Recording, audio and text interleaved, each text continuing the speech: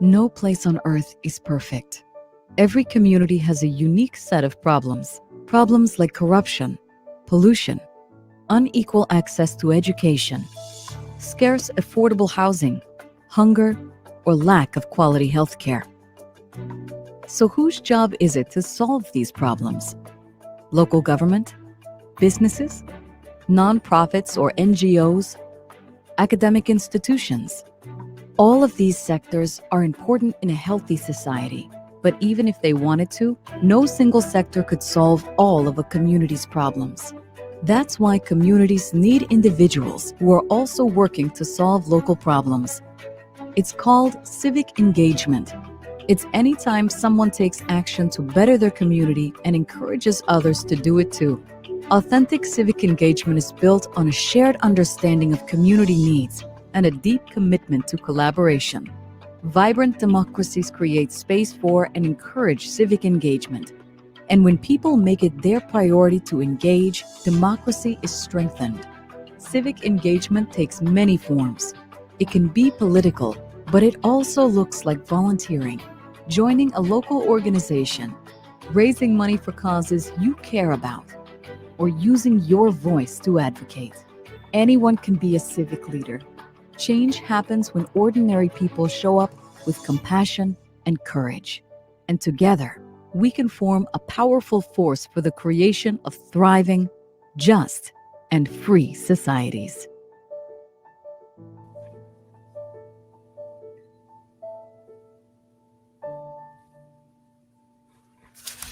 Welcome to Session 8 of Race and Identity Dialogue Series, titled Civic Engagement and Your Own Story. Thank you for joining us this evening for the final session of what has been a remarkable series. As we discuss civic engagement and the various ways that we can connect in our communities to volunteer and make a difference politically and socially and get to know our neighbors better and contribute to improving the situation of our neighbors, we have 4 speakers who were gracious and allowed me to speak with them and ask them lots of questions about their journeys with civic engagement. So what will follow is a montage of them sharing about their work, their stories, and how they have been enriched and rewarded through their experiences with civic engagement. So once you hear this video, we will come back with the live panel of speakers and share a little more. During this time, we invite you to share your comments, your questions, and reflections by using the chat feature and the Ask the Question button. We look forward to engaging with you after this video. Thank you for coming.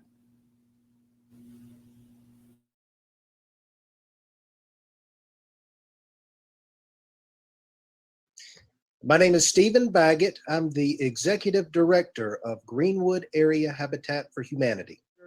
Civic engagement is at the heart of what we do at Habitat, and it's what has motivated me to change careers. A couple of years ago, I was practicing law. I had come to be the president of the Rotary Club of Greenwood, which is a civic organization that famously has the motto, service above self. In serving in that role as the president of our Rotary Club, I came to see the great needs within our community. And I also came to see the amazing nonprofits that are striving to meet those needs. It was a field that I became fascinated with, and I wanted to engage. I wanted to engage not only with this community, but specifically with the nonprofits working in this community. And so I went back to school. I studied nonprofit management. For a very short time was on the staff of the United Way, and eventually found my way to Greenwood Area Habitat. I had actually been on the board of Greenwood Area Habitat for a short period of time before becoming the executive director, and so was familiar with this ministry and the work that we do. But again, it was out of a desire to engage with those most in need in our community that I decided to leave the practice of law and join the nonprofit sector. Our goal, our mission, is to provide the land, the materials, and the expertise to help families build houses. The great benefit of our program is that we then sell those houses to local families without charging any interest, fees, or requiring any substantial down payment. Our work is critical, obviously, and life-changing for our partner families, but we believe that it is also important to this community and to those who come into our program to volunteer. We rely on volunteer labor. That's how we are able to keep our houses affordable. And so we ask men and women within this community to join together at the construction site, to work alongside our partner families in building these houses.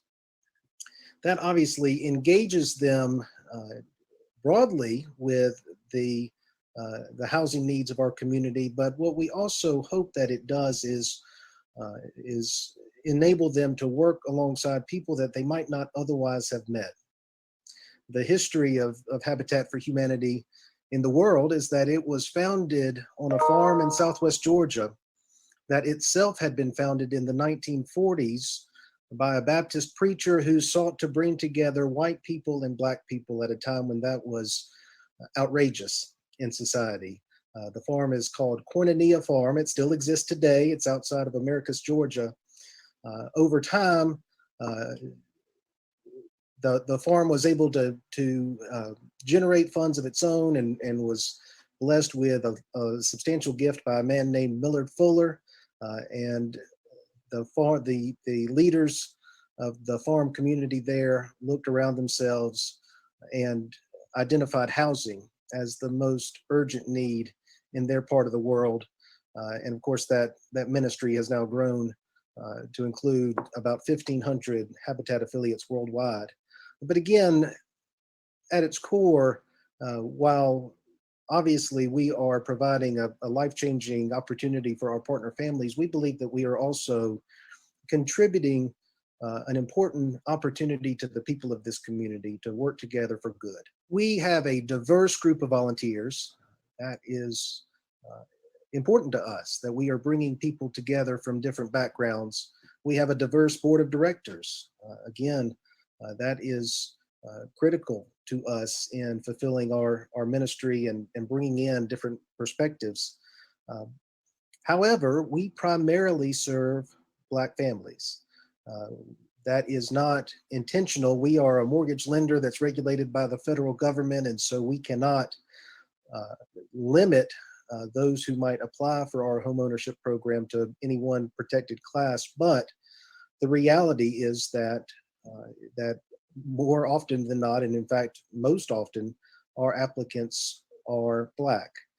In fact, if you count the 2 houses that we are going to sell later this spring, we will now have sold our last 9 houses to Black families. We recently conducted an application period in which every applicant was Black, every single applicant. Housing is foundational to a family's prospects. And when inequity exists within this foundational field, it becomes almost permanent. That is to say that to the extent that white families were given certain advantages in the 1930s, 40s, and 50s by lenders, by land speculators, and most alarmingly by the federal government itself, those advantages became permanent over time because housing is so important to a family's success. And I think we would be foolish not to expect that those advantages were given here in Greenwood. Certainly, to the extent that the federal government was heavily favoring white home ownership, we can expect that those effects were seen here locally. And so perhaps that might be why we see more Black families in need of housing, in need of affordable housing specifically, both here in Greenwood and across the country. What we are dealing with at this point is not necessarily discrimination The Fair Housing Act of 1968 did a great deal towards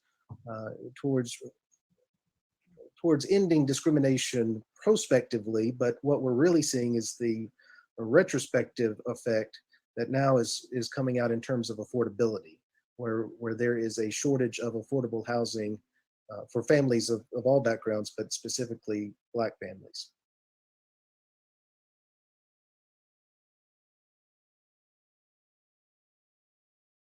We had several reasons for wanting to build that church, that house on the church grounds and then move it. The first was perhaps somewhat selfish. The church last year was celebrating its 150th anniversary, and this project was the centerpiece of the celebration of that important anniversary. And so there was a desire to have it there to promote the church's long history here in Greenwood. There was also a sense, a very real sense, that people in Greenwood would benefit from seeing what a Habitat house looks like. That is to say that we are typically building in residential neighborhoods where people are not necessarily driving past our construction sites unless they live nearby. And so there might be a perception within the community that our houses are not well built, that they're flimsy or cheap. And we wanted people to see that that is certainly not the case. Our houses are very well built. Above all else, though, Alexis, honestly, there was a desire both within the church and within our ministry to provide some hope in 2020. We started that build after the pandemic was several months old. We certainly sensed in this community that there was perhaps a pulling apart as opposed to a coming together, that our community was becoming more divided, and we wanted to try to reverse that, to provide hope to the people of this community who would see that there are still people willing to come together for good, that there are still those in this community who are willing to help out their neighbors. And I believe we accomplished that.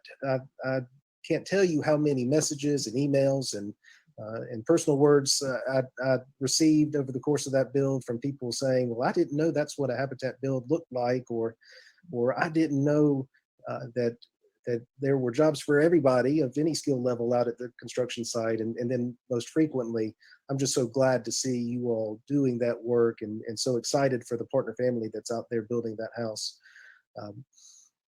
And that was gratifying, because it made me feel again as though maybe we had accomplished what we set out to do, which was to try to bring some light into a very dark time in our community and in our world. Just as an aside, that we were able to make that move possible because we have a great friend named Melvin Bradley, who runs a house moving company in Saluda, South Carolina.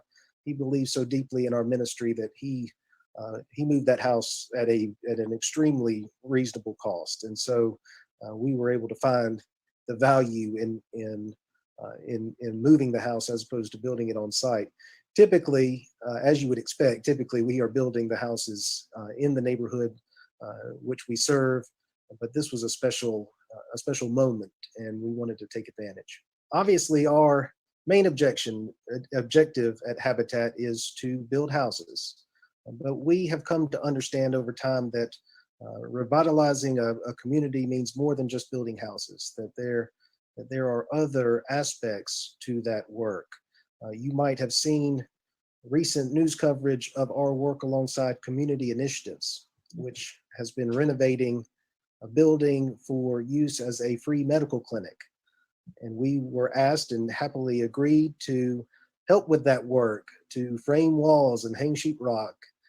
And we did so because while we talk at Habitat about our desire for everyone to have a decent place to live, we know now that that means more than just having a roof over your head. It means being a part of a healthy, supportive community. And so we were excited at the opportunity to provide access to healthcare.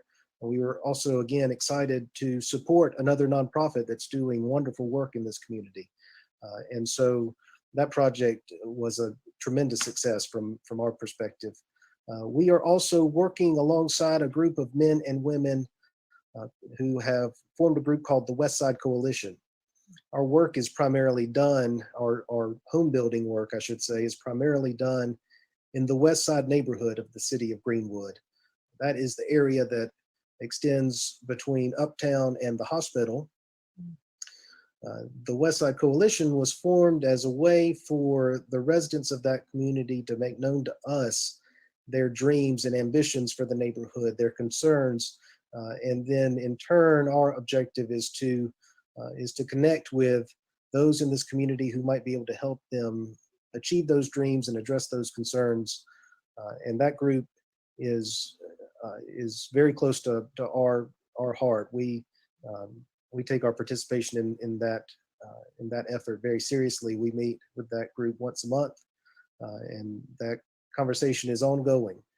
We have lots in store for the West Side neighborhood beyond just building houses. We have, for example, property along Edgefield Street that is zoned for commercial use, and our thought is perhaps that someday we might build something other than a house on those lots, something like a community kitchen where people could come and prepare food to go sell at the Uptown Market, or shared office space, or an interesting idea that was recently floated is that we might build a daycare on one of those lots.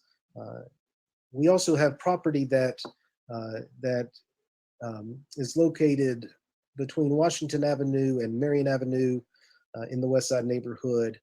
That property is extremely attractive in the sense that it holds a little glade that has lots of pecan trees and a little creek that runs through the trees.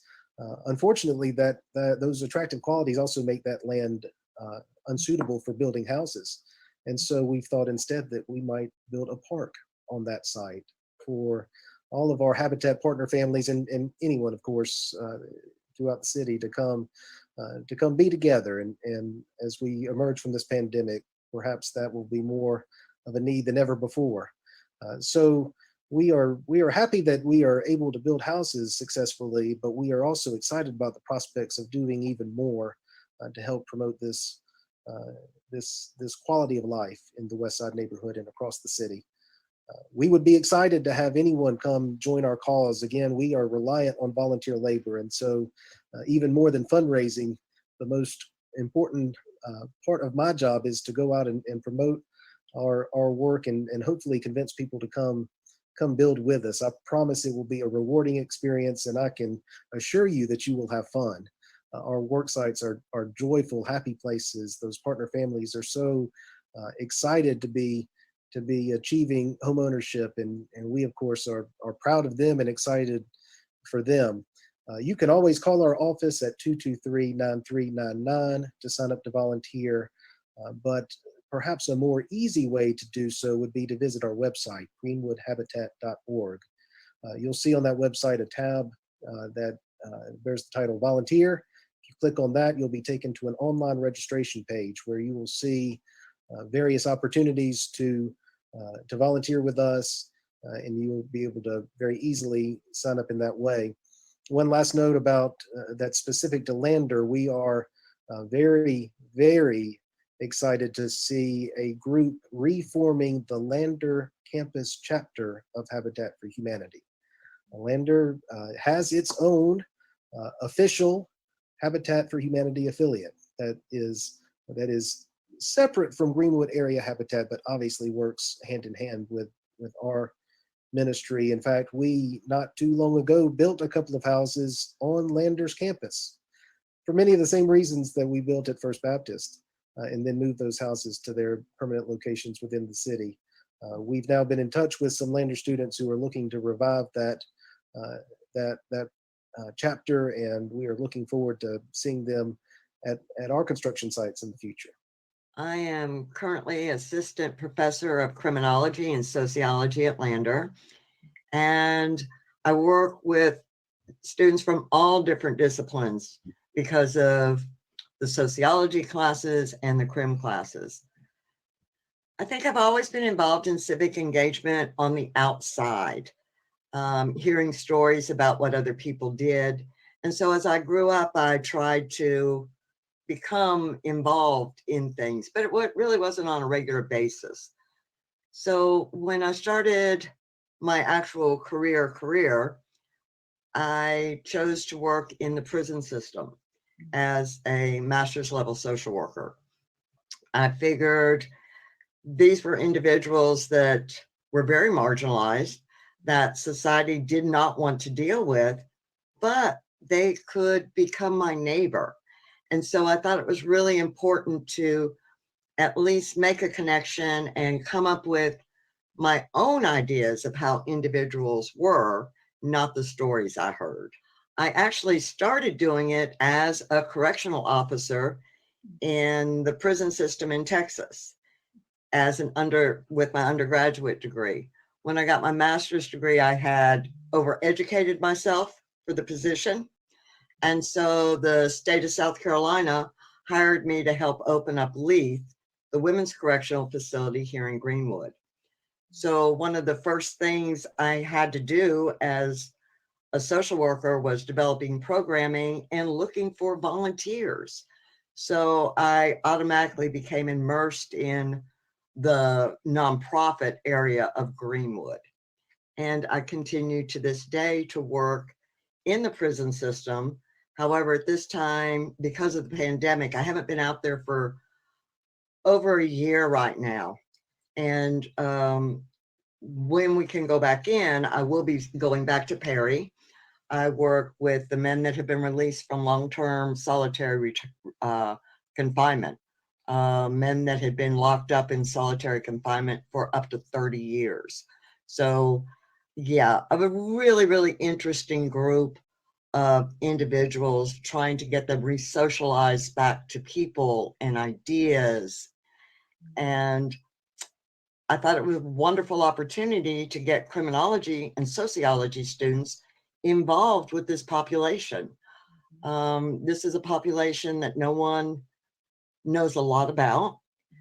This is a population that have children and families in the community. And so there's just so much work that can be done with this particular population and their families so that we can have a better society, a better community. I must say that Greenwood County United Way has a tremendous resource for all of the nonprofits that are around the area. And that's probably one of the best ways to get involved because once again, we're talking about families that are disrupted. We're talking about the large percentage of young minority children that are receiving suspensions and expulsions in kindergarten and first grade, and that sets them up on the track. So story time at the library, be a volunteer, do a book drive for school, for the prison systems, be a mentor, volunteer, call DSS and volunteer to watch people's children while they attend a parenting class. There's just so many ways that you can involve your time. And we're not talking a lot of time. We're talking an hour a week that can make a huge difference in not only your life, but in someone else's. Because when people volunteer and get involved, you get back so much more than you give. And it just makes a better community, a safer community. I serve as Director of Student Activities or Student Life and Orientation. And so that encompasses a lot of different things, but civic engagement and service and leadership fall within that role very well. When it comes to civic engagement, it started for me when I was in 6th grade. So my hometown is Clinton, South Carolina, which is not far from here at all. And I was a part of a program called CHAMPS. And so CHAMPS stood for Communities Helping, Assisting, Motivating, Promising Students. And so during that program, I stayed in the program for 6 years and then went back to volunteer as a mentor for my 4 years in college. And so during that time, it was great because we participated in the community through many different community service projects. And then for me, it was a way for me to give back to the program for how much it helped me kind of get ready for college life, but also just learning a little bit more about what my community needs and what I can be doing to help. And so it just prompted me to want to go back and do the same thing with the students that were there during that time. And so hopefully my goal is, I've been thinking a lot about civic engagement and how I want to get more involved. And so I'm looking for ways now, even just, whether it's here through what we're doing at our institution, but then even personally, how can I get involved a little bit more? So I've been researching and trying to see what that looks and feels like over these next few months. I'm super excited about that too. One of the things I always start off with is just like you mentioned, like that passion, right? Like what is something that you're really passionate about and that you want to do that research and advocate for? And then once you have that together, kind of the direction you want to go, because there's so many different things you can get involved in. And sometimes we get a little too involved that we don't have the time to be able to devote to the things that really give us passion and things we really want to see move and change.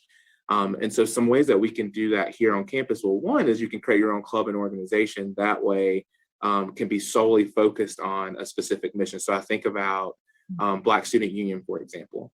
So Black Student Union is a group on campus that started before I came back as a professional staff member in this role. And they advocate for students of color, but they also advocate specifically for Black students, as well as things that are affecting the Black community. But I also think about Spectrum, who's a phenomenal group on campus too, who are really looking at LGBT plus life on campus, but also in the community. So they're working on different things. Active Minds, they're focusing on mental health. And so, really taking some of those, the things that you're passionate about, the things that you want to learn more about and you want to see social change with, and creating a group is a great way to start, because it allows you to have some resources, some additional privileges on campus, some ways that we can help you and then partner you up with people that we have here in the community that can be a significant help to what's happening next. I think also another way is if you had a petition, or if there was something that you really wanted to dive into to see a change here on campus or even in the community, jumping in with SGA, bringing some of those concerns up with them and then letting them help you with that, but then also help you find the right people to have conversations with. Continue conversations with faculty and staff, because sometimes there's a lot of faculty and staff or administrators who are already involved in a number of things and within the Greenwood community can help you get your foot in the door. Also, when we're thinking civically and getting engaged, joining some of those conversations at the Commerce office, or being a part of a protest that's happening in the surrounding neighborhoods, just to kind of again give you that foresight to see what you can rally behind and see how you can best advocate. So for me, it starts off with that research and finding out what you really want to do and how you want to make that change. And then we can help you find ways to create spaces where you can do that work solely and get that help and support you need. First, let's make sure that the academic part is there, right? So we make sure that we figure out how do we, regain that focus and make sure that we have those things finished first, because, we want to make sure that you get that degree so you can continue on with what's next. Also, so let's say you don't have that opportunity to join a club and org, but there's also ways that you can work on campus to get a campus job, where you can also, like I think about our service interns as an example. They're able to help with service Saturdays. They're able to help with building connections with the community. They're getting paid for it, but they also, when they have that downtime in the office, they're able to work on their homework and other things like that. So student employment is important. There's also internships. So internships that count as class credit. I mean, there are ways that you can, be able to participate with maybe the United Way as an intern, doing marketing or doing some specific projects that they're working on with different policies, that you can still gain class credit, be able to still put forth that time, because those are things that are already part of what your academic makeup is going to be for you to be able to graduate. Also, there are other passive ways. So sometimes you don't necessarily have to be as active, but there are passive ways. Like you could be creating social media posts. You can, try to bring in other folks that that are interested and help them understand and advocate for the same things that you're are talking about and advocating for. There's also a number of organizations too that may not have a big requirement that you have to participate, but there may be things that you can donate. You can donate a little bit of time here and there. You can donate funds to help them be able to get some of those things done that they need, if that's something you're able to do. Sometimes it's just as small as donating school supplies. Like I think about, there's a school supply drive that a number of groups and the orientation leaders are doing currently, where sometimes it's giving, just that small amount of time and effort that might, that won't take up a full time of what you have already going on. But also, we have to be a part of what that change looks like. And sometimes that, we have to modify a few things to make it work. But we definitely know that y'all are busy and have a lot going on, but we definitely want to make sure you have those opportunities that you're afforded and that you should have to be able to advocate for the things you want to see change. And we can help you with that. I would consider myself a civic education advocate. I work with educators, I work with students on how to basically engage the world around them thoughtfully. So being able to critically think about the world, think about the news, think about things that are happening, and then also understanding how they can actively participate in making the world a better place. So I think there's so many experiences that I've had over the course of my lifetime that have influenced my interest in civic engagement. I would say one in particular actually happened when I was at Duke University. Every year, Maya Angelou came and spoke to our freshman classes. So it just happened to be that my freshman class was able to hear Maya Angelou speak. And I think I was on maybe the second or third row, and just everybody was super nervous. We were really quiet. And when she came in, everybody just got very, very quiet. You could hear a pin drop in the room. And one of the things that Maya Angelou said that will always stay with me is that she said that when you enter these halls of Duke University, you, after your 4 years, should be a changed person. You shouldn't be the same person that your parents dropped off 4 years ago. You should engage the classrooms that you're in. You should engage the community around you and learn lessons from them, be an active listener, an active learner, and engage that community to the point where it changed who you were. And when Maya Angelou said that, I was just wow, that's intense, but it's also very, very important to understand as far as this is what we want for students, whether they're in kindergarten all the way up through college, is that we want them to be able to go into a classroom or go into their communities and engage in a way that it changes the way that they think and that they understand, and that they really understand other people. And so that's always stuck with me since my freshman year of college.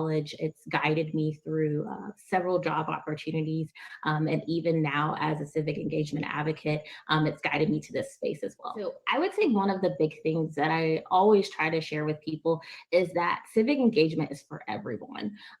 It's not just for one person. It's not just for the person that loves politics or watches the news every day. It is literally for all of us. We all should be civically engaged if we care about the world around us, and I know we do.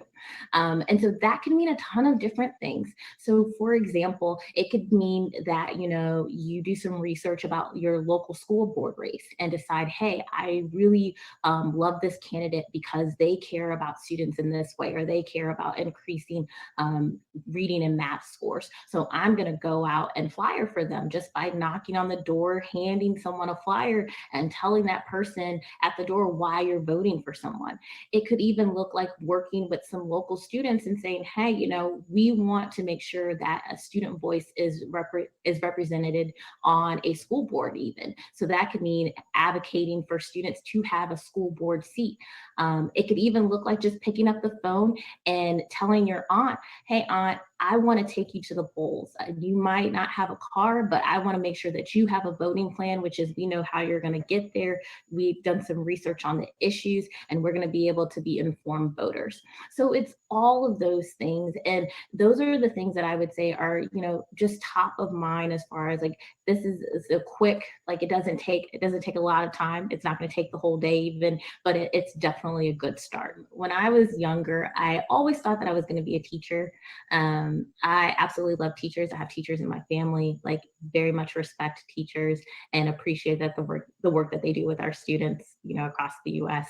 But my turning point was in high school, my sophomore year of high school. I got to go to a political camp. And I was really excited, was able to work my way up through like conversations and people voting to become the Senate Majority Leader. And so I just remember we were having kind of a mock session about a bill that we were trying to pass for education. And at one point, I felt like my side was losing and I didn't know what to do. And so I just got up there. I think it was like one of the closing arguments that we needed to make. And I just spoke from the heart. I was like, my mom is an educator, and I know that educators, we need to support them. They need resources. And I just kept going and going and going. And it wasn't prepared. It was really off the cuff. But we ended up winning our little mock trial that we were having. And at that point in time, I was like, you know what? Even if I don't know exactly what I want to do yet, I know that politics, I know that civic engagement is going to be a huge part of my life from now on. And I knew also at that point that I wasn't going to necessarily be a teacher. Like I still love teachers, still like support them, but I knew that like civic engagement, politics, like that was going to be my space. Well, both of my degrees are actually in public policy. And I would say like, I tell people all the time, public policy is so many different things. Public policy is education policy, it's transportation policy, it's health policy. It's the things that you see a school board talk about, or even, your mayor talk about. Policy is everywhere. It's living, it's breathing, it's exciting. And so it's one of those things that it's so innate sometimes that you don't even know you're using it when you're actually using it, because it's a lot of critical thinking, it's a lot of analysis, it's a lot of like understanding data fairly quickly and being able to either regurgitate it in a way that makes sense to the person you're talking to, or even write something like a short memo. So I challenge people often that policy is all around you. It's living, it's breathing, and it's a lot of the things that you interact with regularly on a daily basis. I think oftentimes some people think that just because either they didn't major in political science or public policy, that, civic engagement really doesn't touch them. But I think like a really great example of civic engagement and policy touching places that you might not expect would be like coronavirus and the pandemic. Like there's been a lot of policy that has just come out of that because of, a virus. And mind you, viruses are, very much science-based things, right? But there's being policy made based on what's happening right now. Or even if, I know some people might think, well, what about if I'm an English major, right? Well, if you look at what policies are being made at the school district level, there's some policies being made about like what students need to learn in order to graduate, with their degrees, and what does that look like for their English curriculum, right? So there's so many different things that are connected to policy, that you can connect your degree to policy and civic engagement. It's not just one thing. Like I said, policy is living and breathing. It touches so many things that we see every single day that we don't even realize. And so I always encourage people that, start small, right? Like you don't have to take over the world today. You start small and you say, I'm going to do this one thing today. And so maybe your one thing is that you like research a policy that is connected to your major. Or maybe your one thing today is that you saw a political sign with someone's name on it, and you're like, you know what? I know that election is coming up in a month. Let me go research that person's name and see what they stand for, right? So it's all those small things. It's not the big things. It's like you take those really small steps, and I promise that once you start taking those small steps, you'll start to see the connection, and you'll be able to, like I said, think critically, analyze, and understand in order to make an informed decision.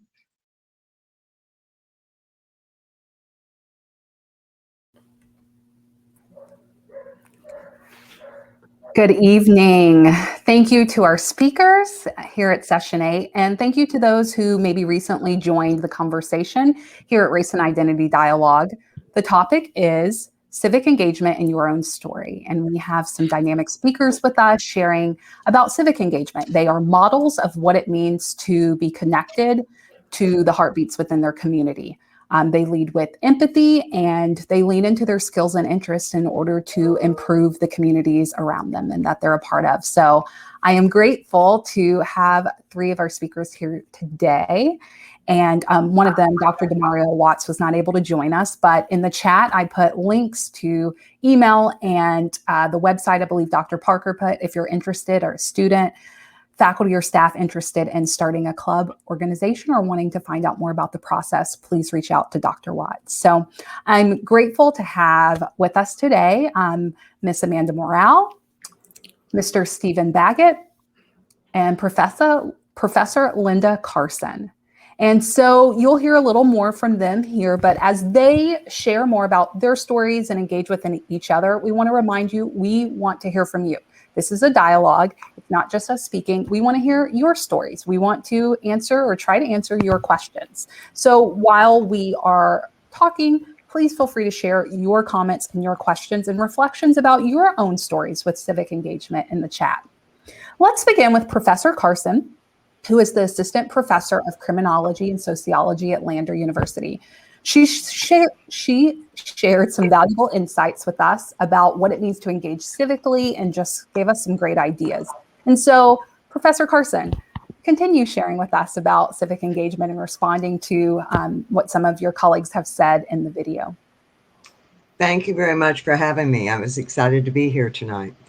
I think one of the interesting things that pulls all of the presentations together is the fact that we want to make our world a better place. And we do that. It seems like a lot of us are focusing on marginalized and vulnerable populations, habitat, and the work that I do with the students and by myself. But I think that everything is connected to policy. And I know students have a really hard time understanding that everything we do has to do with policy, but it all ties together, and we all tie together. Everything that's been presented today is just a thread to connect all of us. And the more people that we can get onto this thread, we will begin, as Stephen said, to give that hope. I think all of the individuals that we meet with, or that we work with, or that we campaign for or talk about, we're all trying to expand that hope for a better world or for a different situation. So I love that tie, that we all came from different places, but there's this string that just connects all of us. So thank you. Thank you, Professor Carson. Well said. Very insightful words. Ms. Morale, will you follow with that? And then we'll go to Mr. Baggett. Sure. I think Professor Carson said something really important, is that baseline, all of us are trying to make the world a better place. And so I think that when you're thinking about how do you make the world a better place, right? Even I think Shauna Sutherland in the chat said you're making it possible for people to feel like they can actually make a difference, right? And so it's just really thinking about, like I said before, all of those little small things that you can do, because it doesn't have to be something really huge. It can be something very small. Even like Habitat for Humanity, for instance, where you're going out and you're working with, your fellow community members on a Saturday morning or Saturday afternoon to build a house for someone in need. That is policy. And so even thinking about one of the things that I would say in my line of work, we call them peak experiences. And so building a house for someone is a peak experience, right? It's going to change how you feel about building houses. It's going to change how you feel about the people that live in your neighborhood. It's going to change how you think about policy and how you're thinking about, why are we building houses in the first place? How does that change someone's life? What does it mean to live in a zip code that, has some housing disparities? All of those things are definitely what we call peak experiences, where you're literally in the midst of learning by doing. And I think that if we can get to a situation where we're pushing our students, we're pushing our community members to have these peak experiences regularly, where they're learning by doing and they're understanding policy by doing just, anything. Like I said, building a house, or, going to vote, or doing research, or, coming up with a voting plan where they bring someone along. These peak experiences are going to change the way that people interact with each other, and it's going to change the world around us. Thank you, Ms. Morrell. I like that peak experience. I like framing it in that way. Thank you for sharing that with us. Mr. Baggett, will you respond, and then we'll move to a question in the chat? Sure. I want to start by thanking Amanda for that wonderful, broad, intentionally broad definition of policy. I find that to really be inspiring. When you join the nonprofit field professionally, or perhaps when you are called upon to volunteer and the word policy comes up, I think so often people think of policy or advocacy as partisan political action, and it can be, but it doesn't have to be. I like the idea of policy encompassing not just our potential partisanship, but also the way that we actually live our lives. That is what Habitat is all about. In our case, we're putting our personal faith into action. That's an intentional way of living on our part, but it can extend beyond the construction site for our volunteers, that they can go into the community and prove the value of certain policy, or show the knowledge, the experience that might make a certain policy helpful to this community in the way that they live. And that sort of then brings me to what the professor said about all of the ways in which we are tied together within this field. And I think what I take from that importantly is that there are so many of us in this field, and therefore there are so many opportunities to serve in this field and in this community. And so we have said before at Habitat that although we love our regular volunteers, those men and women who come and volunteer on an ongoing basis, we have men and women all the way up to the age of 85 who will be out there a couple of days a week, every single week. We also value our students, our other friends in the community who come and volunteer episodically, just one Saturday at a time. And our hope, our dream is that when they leave our Habitat volunteer site, our volunteer experience, they're inspired to go somewhere else, perhaps to the soup kitchen the next week, or to community initiatives, or some other worthy cause here in this community. And then, of course, hopefully come back to us at some point too. But what we're hoping to promote at Habitat is this idea that that helping can be healing for our community, and that perhaps that might become a lifelong passion for a student or for an adult here in Greenwood. Thank you to our speakers. We're going to move to a question from Dr. Zach Rubin. And he wants to know from each of the panelists, what sparked your interest in civic engagement? Do you have any heroes or mentors that empowered you to start volunteering or getting involved? Great question, Dr. Rubin. Does anybody have a way, something has sparked, you have an answer right away and you want to jump into answering Dr. Rubin's question? Does anybody want to? Oh, I can start. Okay. No, Professor Carson, please feel free. Okay, Ms. Morrell, go, and then Professor Carson will pick up after you. Well, I would say, I think there's been so many, like I said, I'm just going to use the word peak experiences because that's what I use in my daytime job. But I think there's just so many things that have come over the years. But I would say the first thing I can remember was when I was in elementary school. Probably around second or third grade, I used to watch the news a lot. So my favorite thing to do would be around, I think it's like 5:30, 6 o'clock, start off with local news. And then I think around 6, like World News Tonight with Peter Jennings would come on.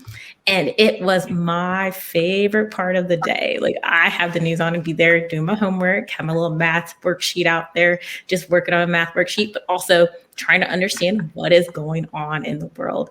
And that was really the first spark of, oh, wow, there's so many things happening in the world that I can be a part of. And, you get to choose, right? So it's like you're learning about what's happening in the world, and then you can make a choice about how you want to fit into that world and what things are really important to you. And what do you see as, oh, this is a problem and I want to figure out how to fix it. So I would say that was probably literally my first experience that I can remember. Thank you, Ms. Morrell. What a delightful story of an early an early interest in civic engagement, and it happens in all sorts of ways. So thank you for taking the time to share that. Professor Carson? Well, I'm sorry, I wasn't that academic at that age. I actually was fairly raised by my parents and my grandparents that focused a lot on marginalized and vulnerable populations, not doing for, but being involved with, if that makes any sense. They didn't volunteer for organizations, but they involved these individuals in our daily lives. My grandmother taught fourth grade in a low-income school in Pittsburgh, and this is back in the 40s and 50s, and she did it on purpose. That was her choice of schools. And for their summer break time, she invited all of her children to her home for high tea.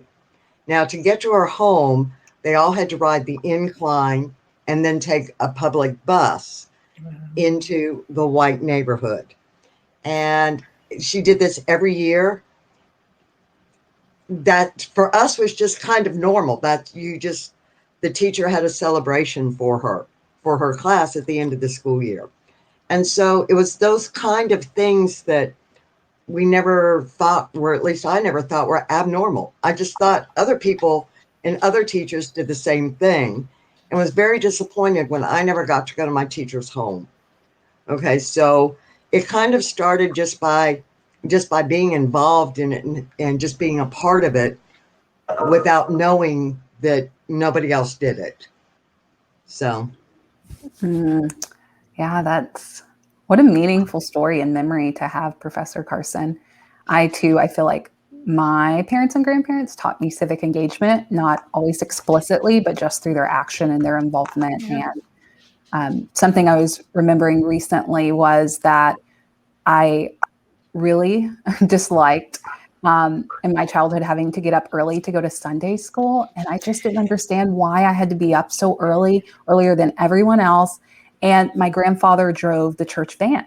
And I was like, why do I have to get up and go? And then there was a time where he would go pick everyone else up and then come pick me up. And I remember one day he's like, some people can't get to church. They don't have cars. And I was like, oh, they don't. And so he felt this sense of call of like, he was a city bus driver, but he saw a way of using his gifts and skills in other ways to make sure people got to church on Sunday morning. And I think sometimes like that people's vocation professions can lead them into the ways that they give. Sometimes we're looking outside, and even when you talk about earlier about your class and the way you take this other sense of calling and vocation as a social worker and working in institutions, and also you don't compartmentalize that. And I really appreciate that. And I think there's something remarkable about combining our vocations with interest and serving the community through gifts and skills we already have. Mr. Baggett? Thank you. Sure, I'd have to also cite my parents as examples for me. I am the son of a lawyer and a social worker, and so I joke sometimes that I tried my dad's career for the first half of my professional life, and now I'm going to give my mother's career a shot and see which one I like better. But my mother certainly has been a tremendous inspiration for me. She worked here locally for Bowers Rogers Children's Home. She helped found the Greenwood Community Children's Center, which famously conducts the Nurse Home Visitation Program. She was actually on the first board of Greenwood Area Habitat for Humanity 30 years ago. She was the secretary of the first board, and it was an all-volunteer organization. So my roots here are deep. But I'd rather talk about people within the community that helped me make my career change. When I went from practicing law to working in nonprofit work, before I did that, I talked to about a dozen men and women here in Greenwood who were involved in nonprofit work, and some of which I knew had come to this work as a second career.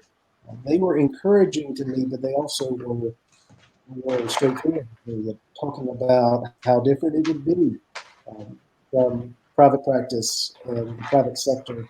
I've never had a chance to have that same conversation with a couple of other people who are looking to make a similar move, and that says to me something about our community, that perhaps there is that support that can be extended.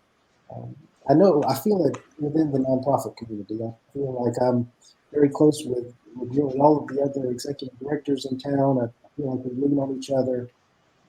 And so that's the takeaway I'd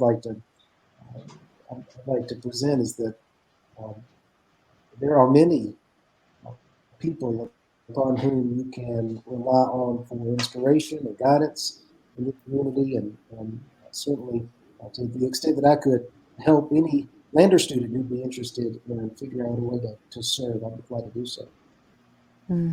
Thank you, Mr. Baggett. As we wait for more questions to come in, I would be interested in each of you, if there's something that comes to mind as I phrase this question. You are here because you've had valuable and rewarding experiences, as Professor Carson said, what it means to you get back so much more than you actually gave, right? And that's part of the reason each of you are in your line of work and why you've flourished in civic engagement and have invited others into it, because you've been impacted by it. I am curious to know if there have been negative experiences in which you have learned from. Maybe some civic engagement opportunities that have maybe left a bad taste in your mouth, or have made you go maybe everyone who's in this is not in it for the right reason to make a difference in the community, or it's not their highest priority. And so I'm curious if there's lessons learned through negative experiences, which is sometimes how we learn. Does anybody? Miss Morale, you look like you're something in your mind. Go for it. Okay. Well, I'll just say this. I think anytime you're in the work world, there's going to be negative experiences. Anytime you volunteer, there's going to be negative experiences for one reason or the other. And I think the one thing you have to remember is that every experience isn't going to be negative, but there are very deep and important lessons that you learn in negative experiences. And so I think Alexis, or Reverend Carter Thomas, you kind of hit the nail on the head with the idea of yes, there might be a negative experience, but there's something that you can take from it and take with you in order to move on to your next assignment. Because I think even when you're coming out of college, for instance, you're green, you're excited, you're just I'm going to go change the world. I'm going to go to nonprofit and I'm going to tell everybody my great ideas. And then they're going to take my great ideas and they're going to go do something with it. And it's going to be better than anything they've ever done before. And then you go to nonprofit and that is not exactly what happens, right? You get there and you're just yeah, I have great ideas, but this is also an opportunity for me to learn too. So yeah, you're smart, you're motivated, you get out there and you might get dinged the first time, and it's okay. It is okay, because guess what? You're going to have another chance to do it again. And, that time that you might have got dinged a little bit, you take those lessons and you take the things that, didn't feel really well. It's like if you touch a hot stove, right? When you're a kid, parents don't touch the hot stove, but you touch it anyway and you get burned. And it's okay, because your hand's going to heal. You're going to be fine. You might have a little scar there as a reminder of what happened and maybe how you can adjust. But it's okay. And so I think that you shouldn't let that scare you from doing things that you feel called to do. Well, I am joining the conversation. I'll jump in there and not to jump away from that. And yes, don't be afraid to jump out there. I agree. And there's going to be a lot of trial and error, and I don't know if you call it failures, feedback, I suppose. Right. And say, what can I do next? I'm wondering, and I had asked a question in the chat before I just kind of dig into some other things. Do you all, because I personally feel this sometimes, I question it, because I follow my passion a lot in terms of, just doing the work that makes me feel good. And I always said I wanted to do work that didn't feel like work. And so I feel like a lot of the things that I do is civic engagement. But when that civic engagement becomes your job, do you feel like you're less civically engaged? I almost feel like, is there a rule that civic engagement to some degree needs to be this unpaid volunteership, or is it just as valid when it's your job? What are y'all's thoughts on that? And I'll jump in there. I can take that one. Yes. I'd say the answer is yes and no. and I'm going to speak here from personal experience, but I don't think I'm necessarily unique here. When I was practicing law, I was on many boards of nonprofits around the community. I was involved in all types of other efforts being made within the community. I felt very engaged at that point. I recently remarked to another person who's thinking about moving from the private sector to the nonprofit sector that one thing that you have to recognize from the sense of needing to manage your ego is that people will forget about you by and large. They won't be asking you to be on their board anymore because they will associate you now with one cause and one cause only. And listen, I'm human. I have been in this role at Habitat for 2 years, but there have been times where I've thought, I wish I was still practicing law because I could have helped with this problem that I see now on the front page of the newspaper. If I had been more flexible and had more time to give, then maybe I could have given some of my time there. Not that I'm magic or anything like that, but it just does feel like I don't have that time, and I'm not thought of for those types of projects any longer. But I don't want to be discouraging because the reality is that I'm much more civically engaged now. I do this for sometimes what feels like 24/7, and what I see on an ongoing basis are new ways to become involved in the community, maybe even in small ways, if that makes sense. Yeah. In other words, I don't need to be on every board in town, but through Habitat, I can see that there's a need, for example, for a grocery store in the West Side neighborhood. I can see that there's a need for park space, and perhaps through Habitat, we can make that happen. And maybe that won't, maybe the rest of the community won't recognize that engagement on my part necessarily, but I'll know it happened, and the people that are working alongside us will know that it happened, and that I need for my life. And I've got big dreams of my own for what Habitat can accomplish in the West Side neighborhood, and what service I might be in that regard. And so it's different. Maybe that's a better way of answering that question. I feel engaged differently now. Mm-hmm. Well, and I suppose we can leverage our resources better, right? I mean, I have noticed that I suppose there's times where, because of especially the nonprofit work that I do and different things, and you might have the advantage to get things more done, or get things done more, excuse me, or sometimes it is the name. I guess, when in thinking about, as you were talking, and I was like, you know what?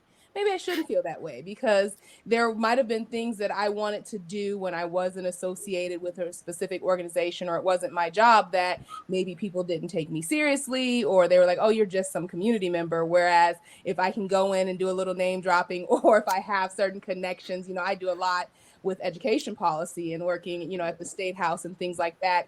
And because of my connections with certain organizations, and they know that I'm, running a certain piece, it's like, okay, we'll listen to you, and we'll take your phone call because you're someone important now. So I guess I should look at it that way, and it doesn't diminish it, even though I'm, in some ways making a living off of it. So yeah, I know I saw Ms. Morale, you kind of were like, no, you need to get paid from it. Did you have I mean, absolutely. The one thing I will tell students, and I talked to a Duke student, I went to Duke undergrad, and so I talked with a Duke student that was in the same scholarship program I was in, maybe probably last year. And like, one of the things she said was like, Amanda, I'm trying to figure out like what I want to do. Like, I have friends that wanted to go to Wall Street, but I want to go into nonprofit and make a difference. And I was just like, oh, hold on there. Right. Just because they're going to Wall Street to make money does not mean that they're not a part of this, circle too, right? Because I was like, who do you think is donating to your causes? And the people that work on Wall Street. So I think it's tough sometimes because, like I said, as a college student or as a student in general, you always think that things are very, very black and white when sometimes they're not. And so I think that's why I'm just like, yes, like, I absolutely go get paid. Like, please don't do things for free. Like, if you don't have to, like, please have somebody pay you. And if they can't afford to, find somebody else who might be able to provide a stipend or a fellowship. But I absolutely think you should get paid. Like, good work also deserves good pay. Yeah. And I don't want to dominate the conversation, but you brought up, a kind of piece that I was thinking about in terms of, at the same time, I'm saying, yes, you should get paid for what you're doing and being there. I just have a personal message to send to folks. I also don't want people to get to the point where they feel like all I have to do is pay for things, and that's considered civic engagement either. That's true. You can just send in a check and you can say, yeah, I'm involved. I donate to this cause or that cause, or, I believe in putting boots on the ground. I believe that there is a lot to be said about immersing yourself within the community. I know, Professor Carson, you had mentioned that, and being in that space and having to leave your comfort zone a little bit. And I guess if I'm, talking about just this conversation about cultural competency is kind of one of our big focuses of the race and identity dialogue. And, one way that we're able to push that is getting outside of our comfort zone, putting ourselves in the shoes of other people. And I know that that can be challenging. And that's not to diminish the check giving. I mean, I think it comes in seasons. And I know in our package, you had talked a bit about that, Ms. Morale, in terms of, you start small and you build your way up. So, anything that we do to help our communities to do better, to, add to that is definitely valued. But I also never want people to think that, that's it, or that we shouldn't continue to evolve in that. And if just sending off that check is good enough, because the other piece of the civic engagement, aside from making, I guess, the world better when it comes to, bridging the gaps and as far as economic disparities and things like that, it's this piece of this cultural competency and then growing together as a people. And I think we can only do that when we're actually connected with one another and seeing how each other operates. So, yeah. Yeah, I'd like to follow that. I think one of the things with giving a check or making a cash donation, I think on one level it's truly necessary. But on another level, for those that may not have and may need these services, it impacts their self-esteem. It impacts their humanity. And I think there's a lot of value in encouraging people boots on the ground. Mm-hmm. Everybody can do their part. It has nothing to do with your class, your socioeconomics. A saying that my grandmother used to tell me was, it costs no money to have a clean house. Mm-hmm. And I think we need to really start this civic engagement by being 100% inclusive. Everybody can do something.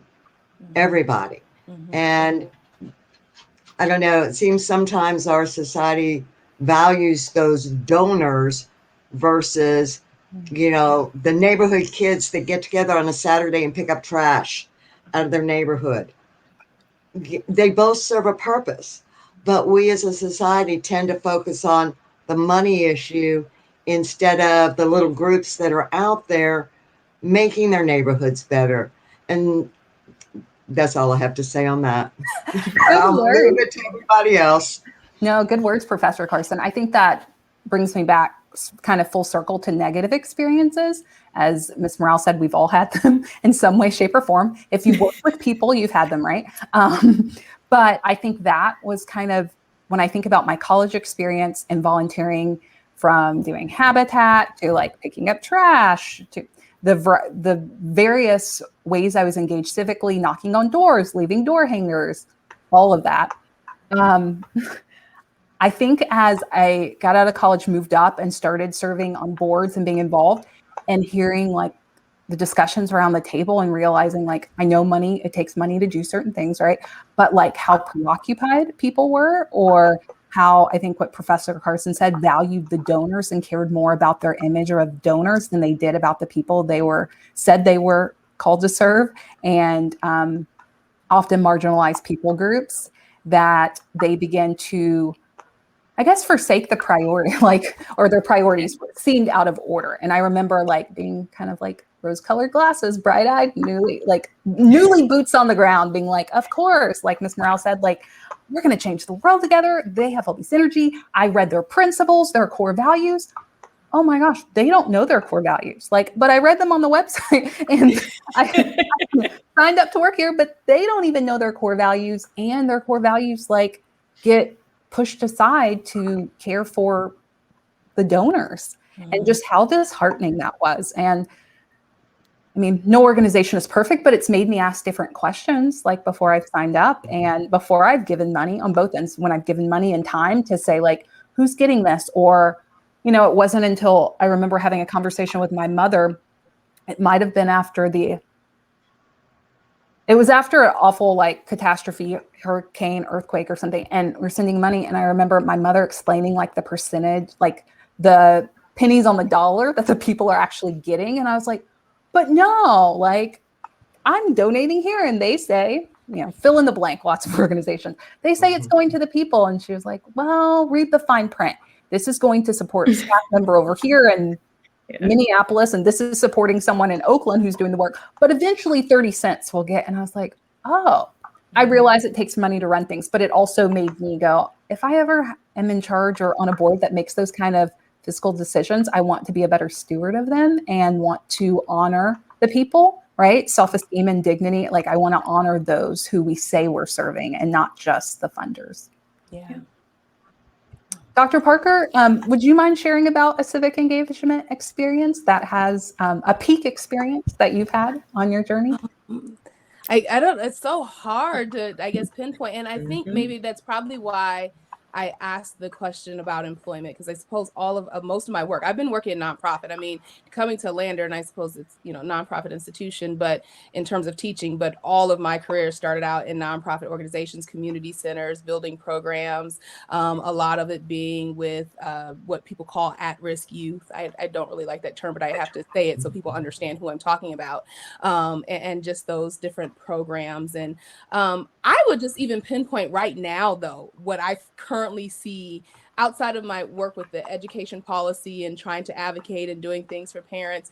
When we went on COVID protocol, right, last March, and I was an aerobics instructor at the YMCA, and I have been teaching aerobics for about 15 years. One of the things that I started to do, and I'll say, backing up, I didn't realize this was civic engagement. I never knew it was until I started talking and having these conversations and saw the animated video that you had provided, Alexis. And I was like, oh, that's what that is. So when the gym shut down, I just moved virtually immediately. And I just started offering free aerobics classes. And it was my way of saying, listen, we're not going to let COVID get to us. We're going to continue to not be stressed. You know, it's as a, you know, someone in the mental health field, I'm a psychology professor, feeling like, you know, mental health is important, physical health is important. I'm a cancer survivor, and I know that, you know, being physically fit helps to keep away different illness and disease. So I started offering the classes for free, virtually. And I thought it was just going to be once we got away from COVID, whatever that looks like. And I've still been offering them, you know, and I'm just like, so I guess for me, that's a part of it. And so it started with just somewhat me just wanting to stay connected to the world, me feeling like, well, I need this. And I guess that's a message that I want to send to people. It can start there. Think about something that you need or that you're passionate about, and then just doing it. And I don't know when it's going to stop. I mean, I have to work out too. And so it is a bit, sometimes it's a little selfish. I feel like I just want people to work out with me. I get all this, and you know, people say, oh, thank you so much, and you're giving to us. And I'm like, y'all are just here along for the ride with me. And I'm just offering it. You can come work out with me. But that's it for me. I mean, I think I try to find those things, and I might try to hone in and find different things outside of the work that I do, so that I can still feel like I'm giving back. I hear everything that we're saying, but sometimes I personally feel like if I'm being paid for it, it doesn't fully count inside here. You know, even though I know it does. And I know that there's value in the work I do, but it helps me to know that at least I'm giving of some time. You know, so yeah, that's one of the things I'm doing. And it really, again, I still feel selfish with it, because I'm like, no, y'all are you're helping me, you know, so. Yeah. But isn't that the whole point? I think so. When you help somebody, you're the one who gains so much more than the people that you're working with. And I use the term working with. Yes. Because I think it's a more, I I don't know, just a more proper term, Yeah. because they are just people and we're just their neighbors. Yeah, yeah. No. And my pastor told me the most selfish thing that we can do is help others, right? Because we get that personal gratification. And so he made it like, it's okay to be selfish. And that's something that just within our congregation, we talk about. And, you know, outside looking in, people are like, what do you mean? But we're saying, like, I am a very selfish person because I crave the feeling and the gratification that I get that I help somebody else. And it's a good way to be selfish, right? So if I'm like starving for this feeling that, oh, I helped them, and not because I needed them to give me any kind of accolades or anything, but just the feeling of knowing that, you know, I did that. So I'm going to continue to help, and I'm going to continue to ask people to work out with me because it's helping me, it's pushing me, making me feel good. And so it's okay to be selfish in that regard. So yeah, I mean, I guess that's what it's about. And I love that. I feel like that when we do lean into our interests, whether we're getting paid for it or not, that some of the things that have been most rewarding, some of the civic engagement that has been most rewarding in my life has been when I just am like, I enjoy this so much and I look forward to showing up here with this group. And like, I'm sure other people show up, or I'm sure it's work for some people, but like, I think that's something that when we look for ways to serve our community, that we should look for things that we're interested in, that for some people it feels like begrudging, as some people describe like what civic engagement is. They're like, well, I have to get up, I volunteered to do this on my Saturday mornings. And it's like, okay, that, I mean, sometimes we're stretched in ways that we don't often enjoy, but look for something you enjoy. Look for something that's life-giving for you, because it will often be more life-giving for those we are working with, and not just a feeling of obligation that often other people feel that too when you show up and you don't want to be there. So as we wrap up the session, let's take a moment to hear from our speakers, each of our speakers one last time, with closing notes, advice to specifically our college students and those who maybe are having a hard time finding an area to be engaged in. Let's close with any closing notes, words of wisdom. Why don't you start us off, Mr. Baggett? I might have to go. It looks like his video might be frozen. We'll let Bram fix that. Yeah. Okay. Thank you. Producer is on that. Ms. Morrell, why don't you start us off? Oh, Mr. Baggett, are you with us? I think so. Okay. Well, we have you. Give us your wise words and closing words. I thought fast. Let me plug Habitat. Let me plug the Lander University Campus Chapter of Habitat. Let me plug Rotaract, which is a Lander campus version of the Rotary Club of Greenwood, where I became so interested in civic engagement. I would encourage everyone just to volunteer episodically at first. Perhaps don't attach yourself to a particular cause or organization. Take some time to find out what you enjoy. There are so many different volunteer opportunities in town. But I would wrap up by saying this. It sounds to me like what we have all said during this conversation centers around people, and the fact that this work is based on relationships with people. There will not be the funding that you would find in the private sector. There will be challenges because this work, by its very nature, is difficult. If it were easy, we would have solved some of these problems by now. But as long as you can keep in mind the people with whom you are serving, keep in mind the people who are giving of their time and their resources to allow that service to happen, I think you'll find that this type of civic engagement is very personally fulfilling, very meaningful, and the only way that this work will get done is by people coming together. And that's what we strive to see at Habitat. We want people of all walks of life to come together. I liked what the professor said about serving with our partner families as opposed to serving them. They very much are alongside us at the construction site, and that's important for people who volunteer with us to get to know them and know their circumstances and to see their determination and their striving for something different for themselves and their children. It's just inspiring. It's joyful. I know Habitat's not unique. I know that all types of service can bring that type of joy and meaning to your life. And so I'd encourage you all to seek that out for yourselves. Call me at Habitat anytime. We'd be glad to have you with us. I'd be glad to point you in other directions if you feel like your talents might be better used somewhere else. I'd welcome the conversation. Thank you all for letting me Mr. take part Baggett. in this. Appreciate your words and the emphasis on relationships, because though we didn't talk a lot about that, that's often what happens in civic engagement, that it's a building of relationships. So thank you for that reminder. Ms. Morale, and then we'll go to Professor Carson. Sure. Thank you so much, Reverend Carter. Thank you, Dr. Parker. Appreciate the opportunity to be here. I would say for students, enjoy the time of college. College is something, like, my parents told me this and I didn't really believe them until after I left college, but you don't get this time back. This is like the one time where if you want to pretend like this is your personal laboratory and take any class you want to, go talk to any professor you want to, like access resources that you don't have access to once you leave, this is it. So I would recommend try everything, right? So if you want to really take that theater class that you've been looking at and your catalog, go take it, right? If you really want to go take that environmental science class that takes you out to the ocean somewhere, go take that class. If you want to go study abroad somewhere and you have the opportunity to, go study abroad, right? So do all of the things. I really cannot emphasize that enough. And to the teachers and educators on this call, one thing I would really encourage you to do as you're thinking about building out your lessons and really teaching in your classroom is, like, how can you make the learning in your classroom super active and relevant to the real world? Because I think that is what's going to really pique students' interest about civic engagement and civic education, is really how are you attaching what's in your classroom to their everyday lives, like what they see on the news, what they experience at home, what they see in their communities.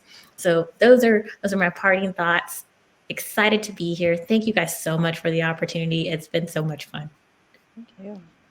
Thank you, Ms. Morale. Thank you for those good words. Yeah, I love that about connecting it to real life issues outside of the classroom, and that it's not just in a book or on paper. Professor Carson. I also want to say thank you very much for having me involved in this. This was really interesting and very exciting for me. All I can say to the students is, you find your passion.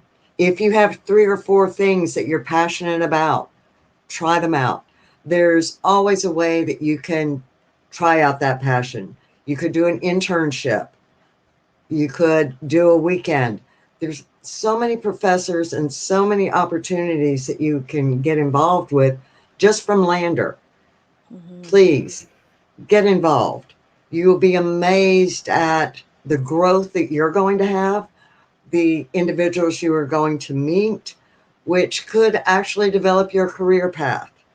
So you never know. And if you don't try, if you don't step out of that comfort zone, because you're right, the first time you go, you're going to feel awkward. You're not going to know what to do. You might not know anybody there, and it's scary. Take the leap. All right, just take the leap. And you never know what's going to happen. So thank y'all for inviting me for this session tonight. I thoroughly appreciate it. Have a wonderful evening. Thank you, Professor Carson. Good closing words. Yeah, take the leap.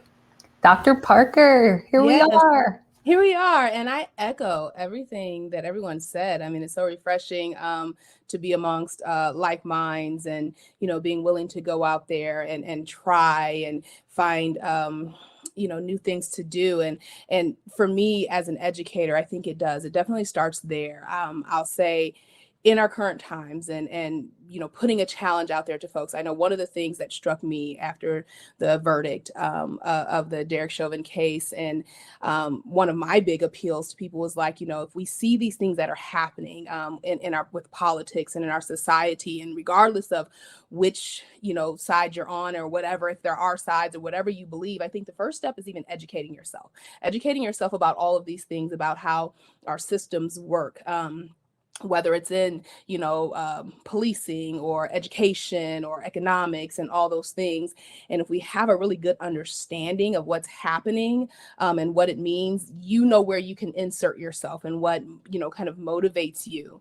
And so education first. And I obviously, as a student, you're all there, but I think it goes next to what Miss Morale was saying, try everything though, because, you'll only get so many things within your major, but consider stepping outside of that. And I just want to do a push and a challenge that even if it's not fully your interest, but because of where we are in our communities, in our society, and this need for us to come together as a people, it definitely is going to take many more people stepping outside of their comfort zone, maybe trying to open themselves up to something that they may not know much about or feel that they're interested in, but they're willing to take a chance to learn. I firmly believe that sometimes to know what you believe, you kind of need to figure out what you don't believe in, to some degree. And it's okay to learn about, I guess, the opposite thing. So that would be my push and my challenge to folks, is to really kind of look at the world around us and do a bit of a needs assessment and figure out, what really should I be working on right now, even if it's not fully in my comfort zone? So